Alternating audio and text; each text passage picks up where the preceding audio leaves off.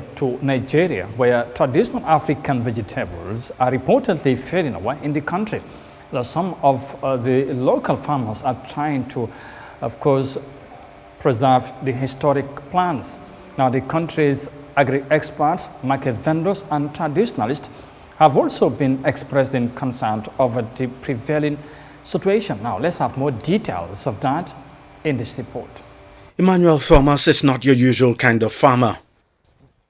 He collects and cultivates rare species of traditional Nigerian and African vegetables.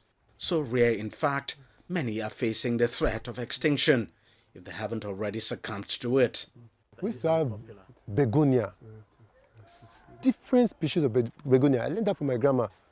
In Nigeria, today, if you check the threatened list, about 19 of these begonias are already extinct. About 19. And this trend is not just in Nigeria, it's across Africa that we're losing them. Then there's the national plant, which is the Costus vegetabilis, which is also very rare. There's the Dioscora bifera. There's we have a plant on the other side. It's called Madobia African rosewood. We have 87 species already, rare species across Nigeria. Yeah. This air yam is one of the over 80 rare species he has collected and is grown in one of his several farms across Lagos. The edible plant used to be very popular among several ethnic groups in Nigeria, but can hardly be found anymore.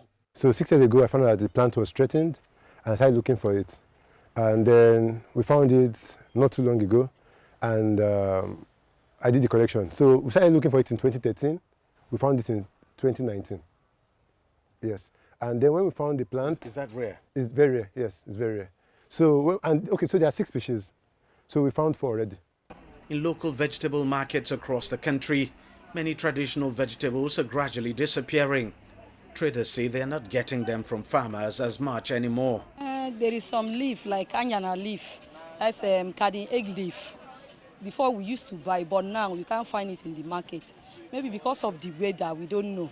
We have water leaf, there is shoko, there is efini, there is a wedu.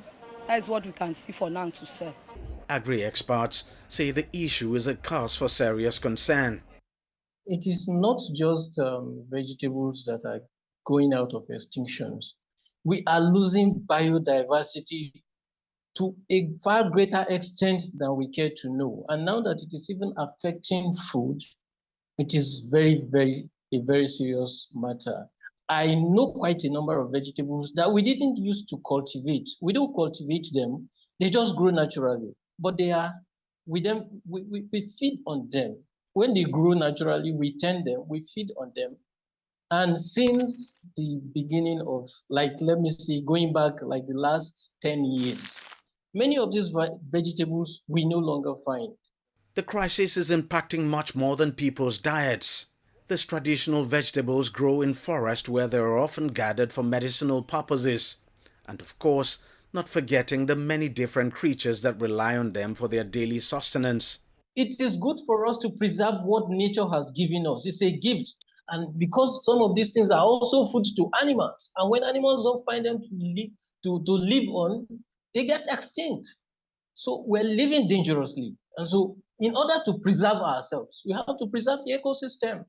Thomas's task of preventing the country's threatened traditional vegetable varieties from becoming extinct is certainly not an easy one. Despite the challenges, he says he remains committed to his goal and will persevere until they are a regular feature of traders' stalls once again.